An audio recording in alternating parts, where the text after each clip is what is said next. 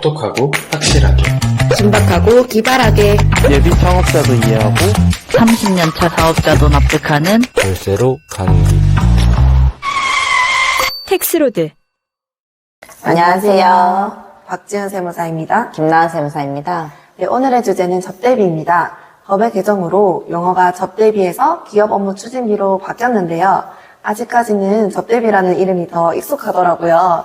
그래서 오늘도 설명드릴 때 기업 업무 추진비가 아니라 접대비라는 용어를 사용하도록 하겠습니다. 네, 접대비. 접대비란 말 그대로 접대 목적으로 쓰인 비용을 분류하는 항목인데요. 이 비용과 다른 비용 항목의 차이는 증빙을 잘 챙기셔야 한다는 점과 금액에 제한이 있다는 점입니다. 네, 그럼 바로 오늘의 질문을 볼까요? 안녕하세요. 저는 영업팀에 근무하고 있는 근로자입니다. 얼마 전 거래처와 미팅을 하면서 실수로 그 비용을 제 개인 카드로 결제하였는데요. 이를 회계팀에 제출하니 다음부터는 반드시 법인카드를 사용하라는 말을 들었습니다. 제가 이전 직장을 다닐 때는 개인 사업장이었는데 그땐 개인 카드를 계속 사용해왔고 회사 측에서도 별말이 없었습니다. 왜 그때는 괜찮았는데 이번 회사는 안 되는 건가요? 얼핏 보면 두 상황이 비슷해 보이지만 아주 크게 다른 점이 있습니다. 한쪽은 법인이고 한쪽은 개인이라는 점인데요. 국세청에서는 법인은 법인카드 사용분만 인정하지만 개인은 종업원 카드 사용분도 인정을 해주고 있습니다. 네, 그리고 개인 사업자의 경우 종업원 카드뿐만 아니라 사업자 대표자의 가족 카드 사용액도 인정해주고 있습니다. 이 경우 영수증이나 카드 이용 내역을 보관하고 계셔야 됩니다. 여기서 추가로 대표님들이 자주 말씀하시는 게 있는데요.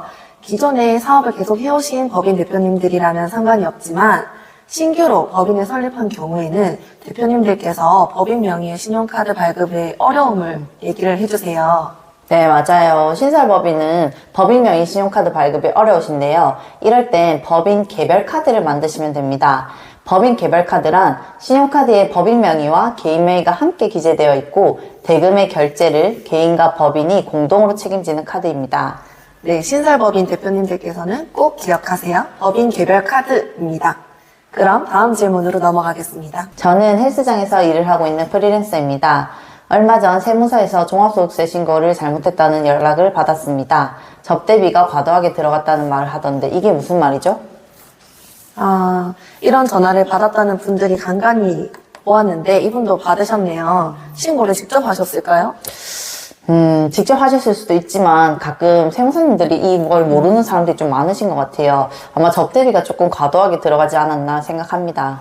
그러게요. 이 대표님께서 주신 질문의 해답은 접대비 한도 규정에 있습니다. 다른 비용들과 달리 접대비는 한도 규정을 두고 있는데요. 세법상 인정되는 금액은 기본 한도 플러스 수익 금액에 따른 추가 한도입니다. 중소기업의 경우 3,600만 원 플러스 알파를 인정해주고 있습니다. 질문 대표님처럼 전화를 받는 경우 대부분의 문제점은 이 기본 한도를 과도하게 적용하였다는 것입니다. 프리랜서 사업자를 일반 중소기업과 같다고 보고 3,600까지는 접대비가 인정될 거라고 판단을 하고 이제 경비를 반영한 것이죠. 하지만 프리랜서는 국세청이 중소기업으로 보지 않기 때문에 기본 한도를 1,200만 원으로 적용하셔야 합니다. 프리랜서더라도 접대비로 많은 경비를 지출하시는 분들이 계신데요. 이런 분들은 사업자 등록을 하셔서 중소기업의 요건을 충족하신 후 그 3,600만 원이라는 기본 한도를 적용받으시면 많은 금액을 경비로 처리하실 수 있습니다. 그럼 다음 질문 보겠습니다. 안녕하세요. 거래처들의 사정이 좋지 않아서 외상 매출금의 일부를 감액해 주려고 하는데요. 이 부분을 어떻게 처리하면 좋을까요? 안타까운 사연이네요. 요즘 경비가 안 좋아서 힘들어하시는 대표님들이 너무 많아요. 맞아요. 주변에 폐업하시는 분들도 너무 많고 매출액이 감소하신 분들도 너무 많아요. 또 질문 대표님들처럼 이렇게 대금을 깎아주시는 분들이 많으실 것 같은데요. 대표님께서 말씀해 주시는 이 금액도 접대비로 처리하실 수 있습니다.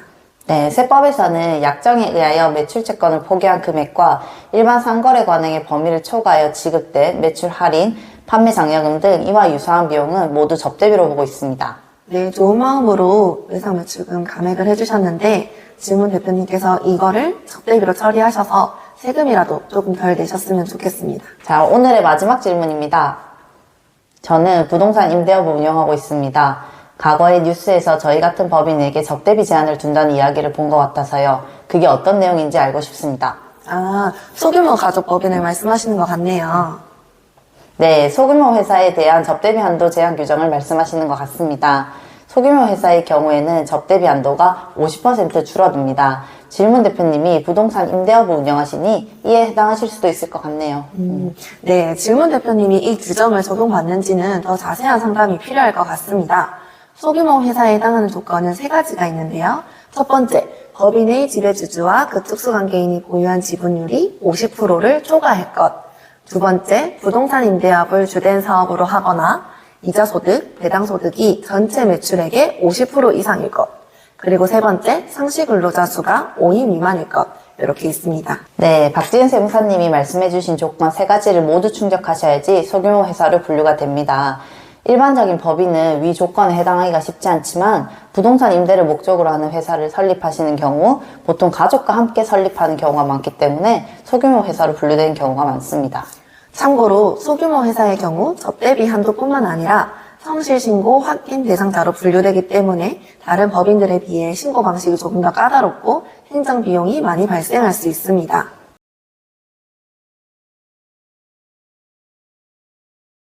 네, 여기까지 오늘 접대비에 대한 대표님들의 궁금증을 해결해 보았습니다. 네, 다음에도 대표님들의 질문을 모아 좋은 답변과 함께 오도록 하겠습니다. 이상 박지은 세무사 김나은 세무사였습니다. 감사합니다.